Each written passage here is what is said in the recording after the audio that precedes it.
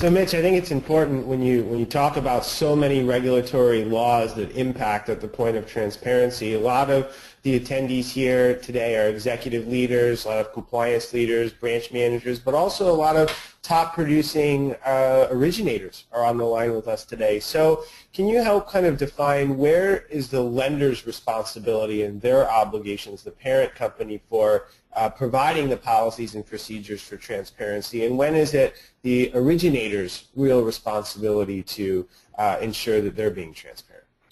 All right. Well, it's absolutely the lender's obligation and responsibility to provide the policies and procedures. It stems from the lender's obligation to have a compliance management system.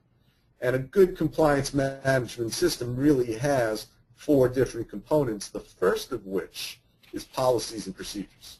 It's got policies and procedures, training, monitoring, corrective action. That is your formal written compliance program, and that goes into your compliance management system itself. Very, very important. So who provides the policies and procedures? The lender.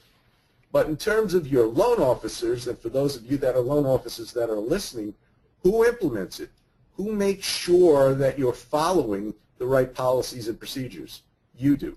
You're responsible yourselves for ensuring that you know what the lender's policies and procedures are and ensuring that you follow those policies and procedures. Now, it may be that you turn around to your lender and you say, I need more training. It may be that you turn around and you say, I need to know what our policies and procedures are on these issues. A compliance management system starts up top.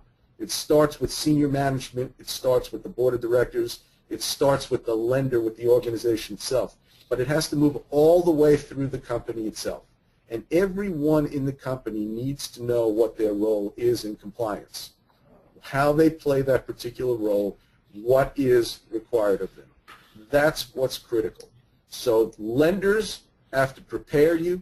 They have to provide the policies and procedures, and you've got to implement them. And you've got to implement them correctly, because the CFPB doesn't just go after lenders. They go after individuals as well. They try to go after the people they think are responsible for whatever violation it is that they find. So this is critical stuff here. So a couple thoughts. Again, we have both the C-suite, head of compliance, and we have loan officers. So I think it's important to understand loan officers. The world has changed. You know, the world where you quote the rate shopper one way and you deliver one level of service to someone who's grinding on you for fee shopping, and the way that you treat someone who's just happy to get approved for a loan, to treat those two folks differently, that's not the path forward. That's not what the CFPB wants.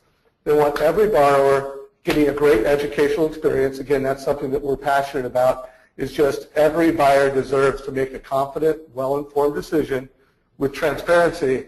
So this practice that we have as an industry of treating people based off how they demand to be treated, or treating people at a minimum standards, it's not the path forward. I mean, I've been saying for years, my entire career as a sales leader, it's not even good salesmanship. The best salespeople, the most successful loan officers, they bring their A game to every conversation, and they're not happy until they've really delivered education and value. So what's been good salesmanship for decades is now really critical to compliance. Joe, do you have anything to add to that?